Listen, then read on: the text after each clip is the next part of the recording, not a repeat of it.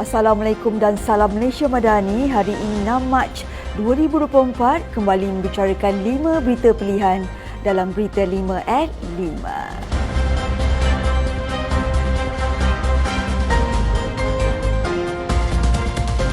Raja Pemaisuri Agong Raja Zayed Sofia bertitah rakyat Palestin di Malaysia perlu berada dalam persekitaran selamat dengan peluang masa depan yang lebih baik melalui pendidikan.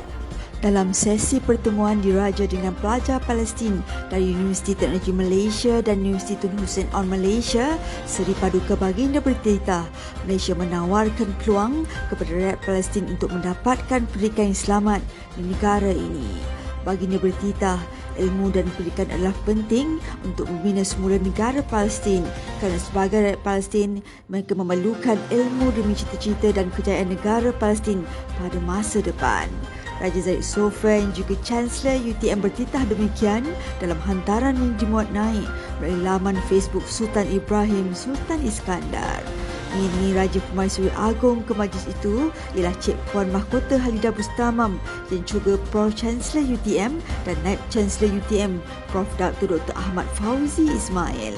Sesi itu dihadiri oleh 20 pelajar Palestin dari 2 universiti masing-masing mempunyai kisah duka dan pilu yang ditanggung akibat konflik berpuluh tahun di Palestin. Kerajaan sedang mengkaji penetapan gaji premium untuk lepasan pendidikan dan latihan teknikal dan vocational pada kadar RM4,000 ke atas sebagai usaha pengiktiraf golongan pelajar berkenaan.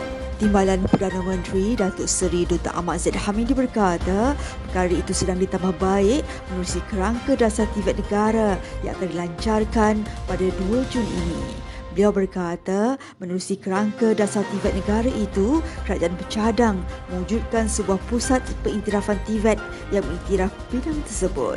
Ahmad Zahid yang juga Menteri Kemajuan Desa dan Wilayah berpendapat kerangka itu dilihat dapat menawarkan tawaran gaji dan saran gaji premium yang tidak berdasarkan gaji minimum dengan tangga gaji yang dicadangkan RM4,000 ke atas dan secara tidak langsung tawaran gaji itu menjadi tarikan kepada pelajar-pelajar baru untuk mengikuti pengajian di Institut TVET.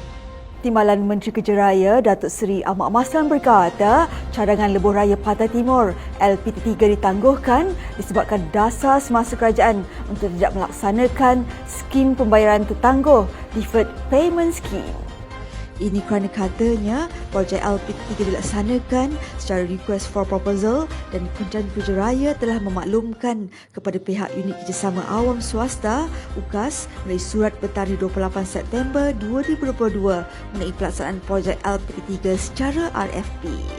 Ahmad Maslan yang juga ahli Majlis Kerja Tinggi UMNO menjelaskan projek LPT3 kini sedang diteliti di peringkat Jawatan Kuasa Pemandu Projek JPP dan seterusnya Jawatan Kuasa Kerjasama Awam Swasta JKAS di Unit Kerjasama Awam Swasta Jabatan Perdana Menteri. Tambah Ketua UMNO bahagian Pontian itu lagi, penubuhan Jawatan Kuasa Kecil Teknikal dan Jawatan Kuasa Kecil Komersial ditubuhkan bagi menyediakan dokumen RFP secara terperinci setelah kelulusan prinsip diperoleh dan tertakluk kepada kelulusan mesyuarat Jawatan Kuasa Kerjasama Awam Swasta JKAS. Pasaran minyak sawit diunjur kekal positif pada tahun 2024 didorong oleh permintaan kukuh daripada destinasi ekspor utama seperti India, China dan Kesatuan Eropah.